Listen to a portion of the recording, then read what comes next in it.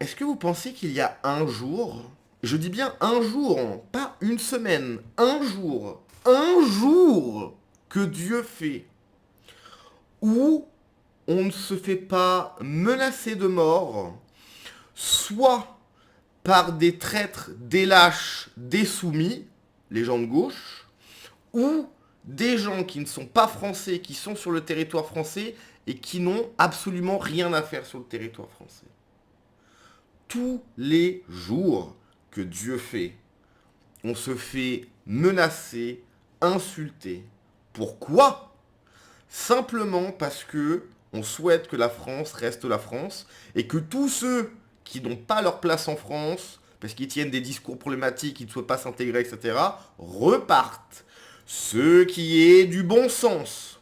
Donc, pour avoir un discours de bon sens, puisque je rappelle, être de droite, c'est avoir du bon sens, même si je reconnais qu'effectivement, il y a différents courants à droite, il y a des gens qui se pensent de droite, qui sont catastrophiques. Pierre Rougeron, par exemple, Papacito, etc., sont des lignes nulles, hein, qui ne mènent à rien. Mais n'empêche qu'on est quand même d'accord un minimum sur le socle commun. Le socle commun, c'est la sécurité, le fait que la France reste la France, etc. On se fait menacer, pointer du doigt, insulter, tout ce que vous voulez, tuer, même pour Quentin, simplement parce qu'on défend ça. Et je rappelle encore une fois, pour du bon sens. Pour quelque chose de normal. Incitation à la haine. Peut-on mettre ce genre d'individu face à la loi ou encore une justice à deux vitesses? Question rhétorique. Bien évidemment que la justice le protège, puisque la justice est de gauche, et la justice, du coup, protège ses petits protégés. Donc j'espère que vous êtes prêts. C'est parti. Voilà. Cocotte officielle. No fake record. Ça part bien déjà. Là, on est sur du 62 cuit. Vous savez quoi, je vais vous dire un truc. Moi, je pense qu'on est trop gentil avec cette bande de, avec tous ces fachos qui font un peu les malins depuis.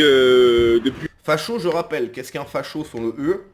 Simplement un Français, donc un blanc qui aime son pays et qui souhaite que ça reste comme ça. Voilà, facho. Voilà. Si tu veux être un bon Français, il faut que tu sois un dhimmi, un traître, un lâche. Tu te mets à poil sur le tapis et tu demandes pardon. Et tu te donnes plein d'argent. Mais pas ton argent, hein, l'argent des autres, parce que tu es quand même de gauche, tu vas pas donner ton pognon. Tu vas voler l'argent des autres pour leur donner. Hein.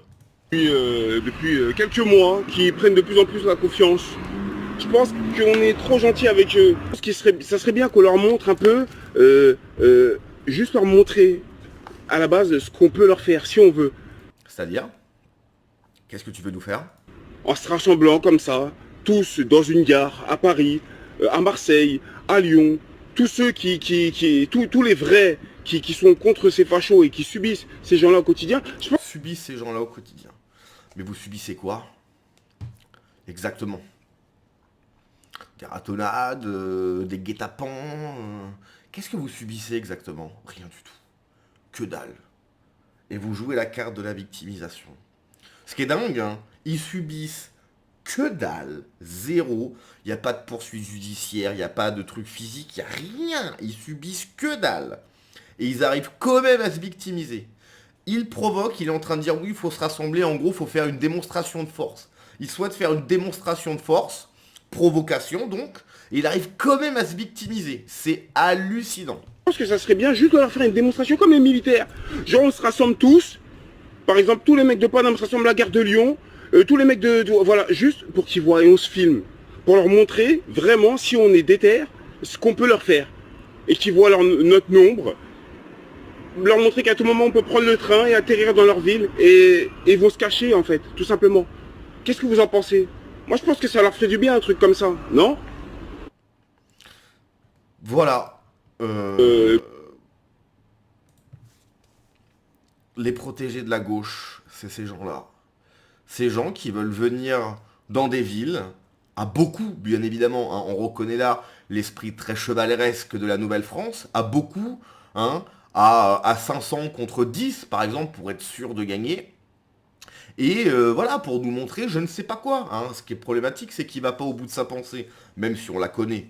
Hein. Sa pensée, en fait, il veut juste qu'on se fasse massacrer. C'est ce qu'il souhaite, qu'on se fasse massacrer. Parce que tu comprends, on n'a pas envie de disparaître sur la terre de nos ancêtres. Non, on n'a pas spécialement envie. C'est chez nous. Pardon, hein, on n'a qu'une seule maison comparé à toi. Hein. Enfin, toi, tu n'as qu'une seule maison aussi, mais tu n'y habites pas. Ce serait quand même bien que tu retournes dans ta maison. Hein, moi, je veux bien. Tu sais, des fois, tu fais des soirées, t'invites des potes, etc. Puis à la fin de la soirée, ils rentrent chez eux. Je pense que la soirée, ça fait longtemps qu'elle est terminée en France. Hein. Va falloir rentrer.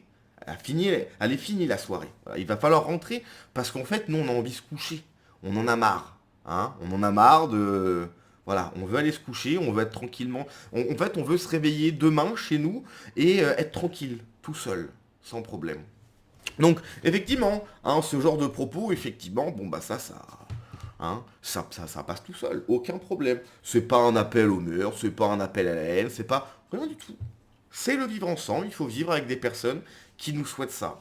Et je rappelle encore une fois une chose extrêmement importante, c'est que pour le moment, nous sommes encore majoritaires. Ce qui, à un moment donné, ne sera plus le cas. Quand tu vois ce genre de discours, quand tu entends ce discours extrêmement agressif, là on parle de frapper des gens, hein, on est très clair. Je pense que le message est limpide, hein, c'est pas moi qui invente des trucs. Qu'est-ce que ça va être pour les générations futures, les générations de Français qui seront en minorité sur leur propre sol? Qu'est-ce que ça va être? Donc, tout est en train de se jouer maintenant. Hein. Je vous le dis à chaque fois, mais c'est une vérité. Tout est en train de se jouer maintenant. Il y a une bascule qui est en train de s'opérer.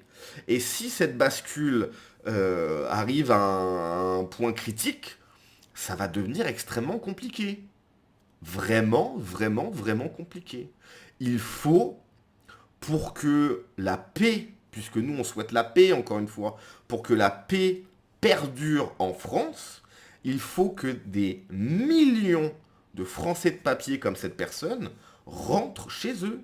Ils doivent rentrer chez eux. Parce que ces gens-là ne souhaitent pas la paix. Et les générations d'après, à mon avis, ça sera pas... Surtout quand ils vont se dire, ouais, bah maintenant, on n'est plus nombreux. On est plus nombreux, on peut faire ce qu'on veut.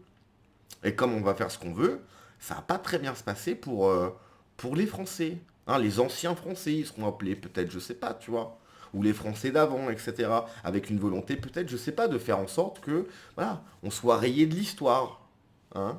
Ensuite, dans les livres d'histoire en France, ça écrit non, mais ça, comme Mathilde de Panot, non, ça n'a jamais existé, une France blanche, chrétienne, etc. Et voilà, plus de 1000 ans d'histoire, mis à la poubelle, balayé. Historiquement, on n'existera plus.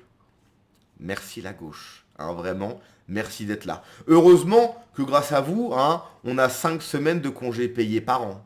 Hein.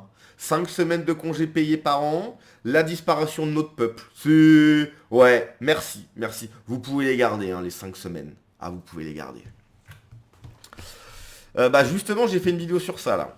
Encore une mère qui se victimise alors que la réalité, c'est plutôt ça. Oui, clairement. Coco t'inquiète, a fait de la prison pour braquage d'une épicerie suivi par des putains de cassos sur TikTok, évidemment. Je crois pour moins de 300 euros. Ah, parce qu'il est connu. Coco t'inquiète. Ah, mais j'avais pas fait déjà une vidéo sur ce gars-là. Attends. Coco t'inquiète. Ah, mais oui, c'est lui. Plus connu sur Coco t'inquiète, un rappeur né en 84 à Saint-Denis de parents ivoiriens. Bah voilà, donc il est pas français, ses parents sont ivoiriens, c'est un ivoirien. Il doit retourner chez lui, mais bien évidemment. Connu initialement comme le rappeur braqueur, il a été condamné en 2007 en prison. Donc il a braqué un bureau de poste, bah bien évidemment. Sa notoriété publique explique clip en prison, ok. Évasion et cavale, ok.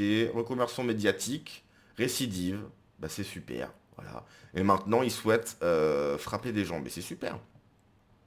Le même mec suçait du gland bien juteux quand il était en tôle, son compagnon de cellule, un jurassien batibulaire, lui a rentré dans la gorge jusqu'à la garde. Coco n'en parle évidemment jamais, il aime la vanille, mais sa communauté de followers n'est pas prête à l'entendre. Le rappeur Braco, Coco, t'inquiète. Bah ça, c'est ce que je viens de dire. Bah je connaissais pas le gars. D'ailleurs, ce golem à cuir inférieur à la température ambiante, c'est plutôt Coco, t'inquiète. Ah, donc du coup, il est connu, mais c'est merveilleux. Moi, je parie qu'ils vont se prendre dans les comme dans 95% des cas, surtout quand un conflit implique les Africains face à des Occidentaux qui vont venir chialer sur les plateformes afin de hurler au sujet des méchants blancs chez le colon par pur sentiment tribalisme de merde. Oui, mais maintenant, ce qu'il faut comprendre, c'est que de leur côté, il y a les gauchistes. Il y a des bons gauchistes, bien français, bien de chez nous, bien traîtres. hein. Bien traître. Alors effectivement, hein, si la situation devient critique pour eux, ça va être comme les résistants en 45, tu sais, ceux qui vendaient du beurre, enfin qui donnaient du pain et du beurre aux Allemands. En 45, c'était les plus virulents, hein. Pourtant, pour faire oublier qu'ils avaient bien trahi jusqu'à la moelle. Les gauchistes, c'est ça. Hein, s'ils sentent que le vent change de sens, ça va être les plus virulents. Mais au début, ils vont être de leur côté, bien évidemment. Ils vont les aider, ils vont les aider. Ils vont leur donner des endroits, ils vont leur donner de la bouffe, etc. Bien sûr. Jusqu'au bout, ils vont trahir, jusqu'au bout. Coco Taquette a été condamné à 5 ans de prison ferme suite au braquage d'une station. Bon, ça, on l'a vu. Le jeune homme de 32 ans avait dérobé 476 € en menaçant le gérant avec une arme. Il avait déjà écopé de 7 ans de prison. Si son QI dépassait les 75, il aurait percuté que ceux qui nomment facho peuvent faire pareil que l'unique entré dans leur HM et aussi l'unique sortie. Bon, bref. Voilà. Hein, bah, on a des nouvelles. Le Coco t'inquiète. Bah, je connaissais pas. Voilà, je découvre cette personne qui m'a l'air, ma foi, très sympa. Hein, j'irais bien boire une bière avec lui. Hein, voilà, l'entendre me raconter son histoire, etc. Ça a l'air très intéressant. Coco, t'inquiète. Ouais, c'est vrai qu'on n'est pas au-dessus de 60 de cuir. Bon, allez, on se dit à la prochaine. Ciao.